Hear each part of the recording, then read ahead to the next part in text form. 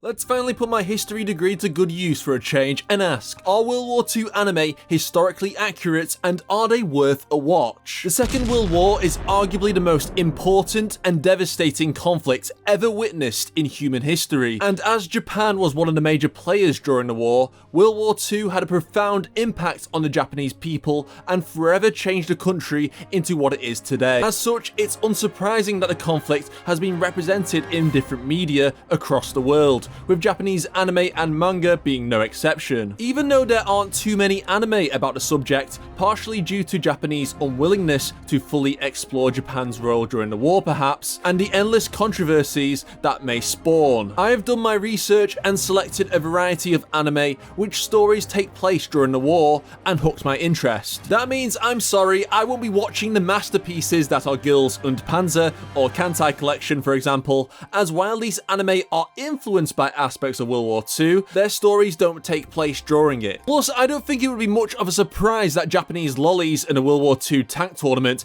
isn't exactly historically accurate. But wait, you're telling me that battleship waifus don't actually exist? My disappointment is immeasurable. Anyway, let's kick things off with Helsing the Dawn, which is a prequel of Helsing Ultimate set during World War II. I eventually figured out a rough timescale of when these events take place, as a young Walter takes an American plane to Warsaw to attack the Nazi organization Millennium. Arthur Helsing refers to a Polish uprising and the advancing Soviets, which means the events of the Dawn likely take place during the Warsaw Uprising between August and October 1944, where members of the Polish Resistance Home Army attempted to free the city from German occupation. And yes, since this is an anime about vampires and supernatural battles, this is far from the most realistic depiction of World War II. I mean, if you want to know what exactly happened during the war, you've got to be an idiot to think this anime about Nazi vampires will give me everything I need to pass my World War II exam. If you want to watch something for the facts, then find a documentary or read a goddamn book that doesn't have pictures in it. Nevertheless, let's see if this anime has anything of historical substance. The weapons used by the Nazis in this scene seem legit, with MP40s and K98 rifles. Wait, hold on a sec, what the fuck is that? Are these German soldiers wearing armbands while in combat dress? I mean, if you blink you might miss it, but come on, the SS didn't wear armbands while in active combat because the bright red would stand out, meaning you were more likely to be spotted and killed. I also have my gripes with the Mage's uniform.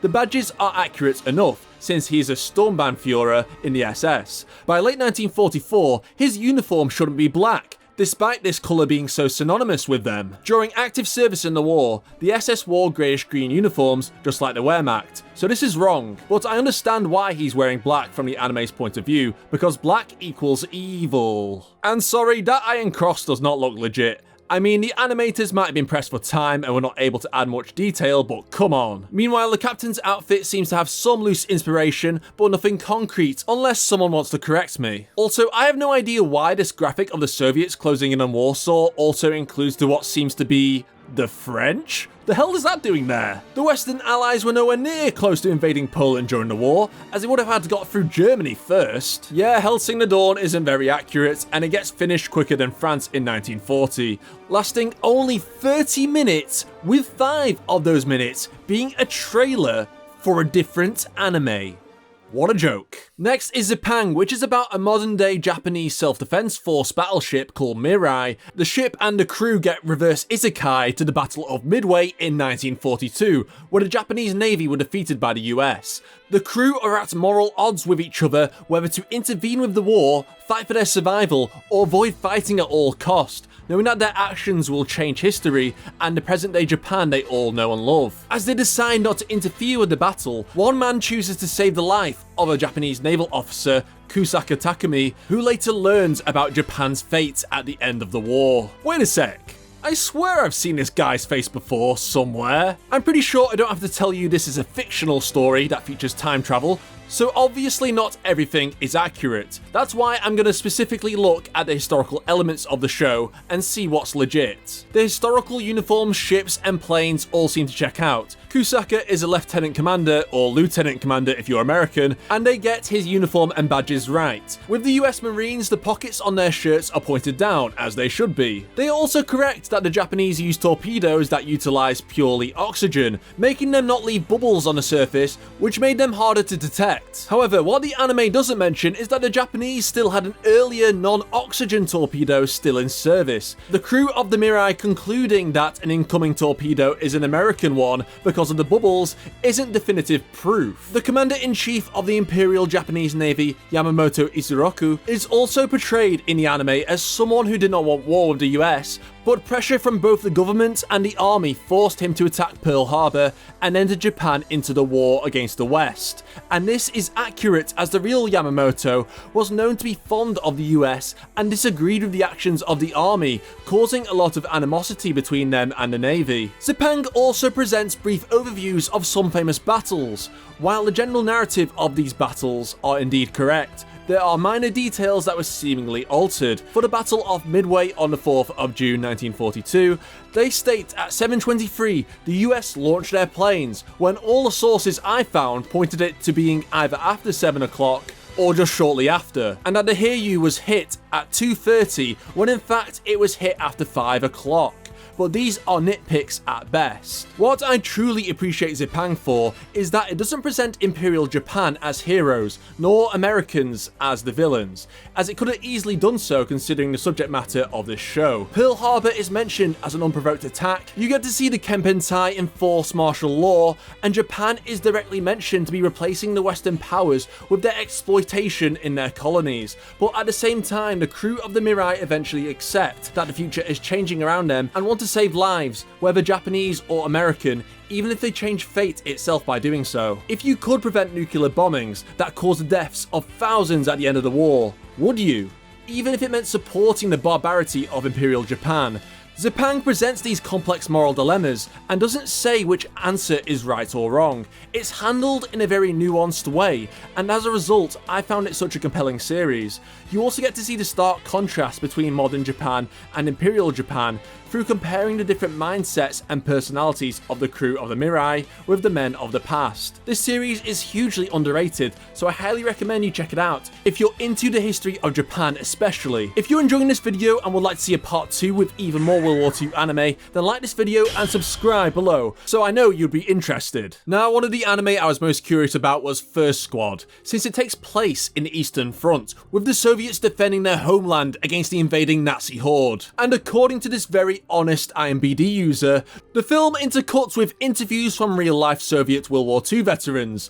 My expectations were pretty high for this anime, as it was actually produced by Russians who approached different anime studios to bring their story about the Great Patriotic War to life. This is pretty much the only anime that exists which covers the Eastern Front, and knowing how brutal this theatre of the war was, I was expecting an anime with lots of potential and a dark, gritty and realistic tone. And then I watched it. What the actual fuck was that? I don't remember learning about magic Nazis summoning undead crusaders as their secret weapon to bring Russia to its knees in history class. There are a lot more supernatural elements in this anime that I didn't expect, and honestly, I don't think it needed them. I don't mind a little bit of the supernatural if it's handled in a subtle manner, like with Zapang, but this didn't even feel like a World War II story, as the elements of the war didn't really matter. Okay, there were things that were accurate. The uniforms were, at least some of them. In early 1942, winter camo or white overcoating wasn't standard issue, as the Germans believed they would have won the war by then. Not the best idea for the coldest winter on record. Why do these military dictators not pack winter clothes to Russia? White padded overclothing was eventually approved for issue by autumn 1942, meaning only then would the troops have consistent winter camo or clothing, so camo would have transitioned from this to proper winter coats in 1942.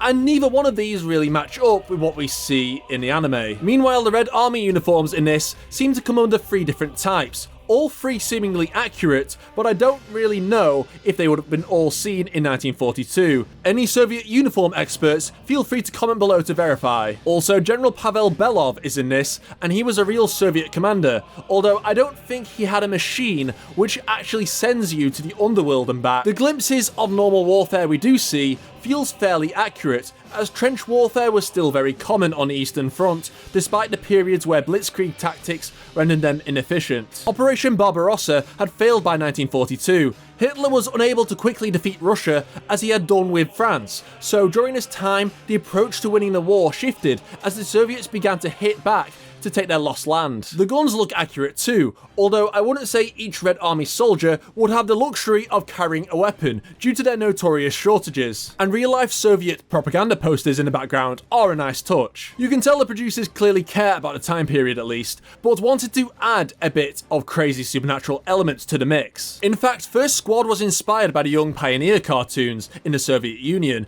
that featured teens fighting against the Nazis, which is why the protagonists wear red scarves. The producers probably know their stuff and could have chosen a more realistic approach, but maybe wanted to have more of those surreal anime elements in it, which was why they approached Japanese studios in the first place. But at the same time, I feel like it could have been way better if the war was more fleshed out and the supernatural elements were heavily toned down, cause if it wasn't produced by Russians, who clearly care about the history, you could argue First Squad was some kind of war parody. There were just a lot of dumb moments, like the protagonist Nadia being able to see into the future when a plot wanted it to work, these German spies that decide not to use their guns, and the book manages to stop a point-blank bullet. I get these are sort of nitpicks, but they really break my immersion in the period when this shit is happening, along with time being stopped, as Nadia's ghost friends battle against the Crusaders while everything is at a standstill. Last but certainly not least, Grave of the Fireflies, which I rewatched especially for this occasion. This film is reputed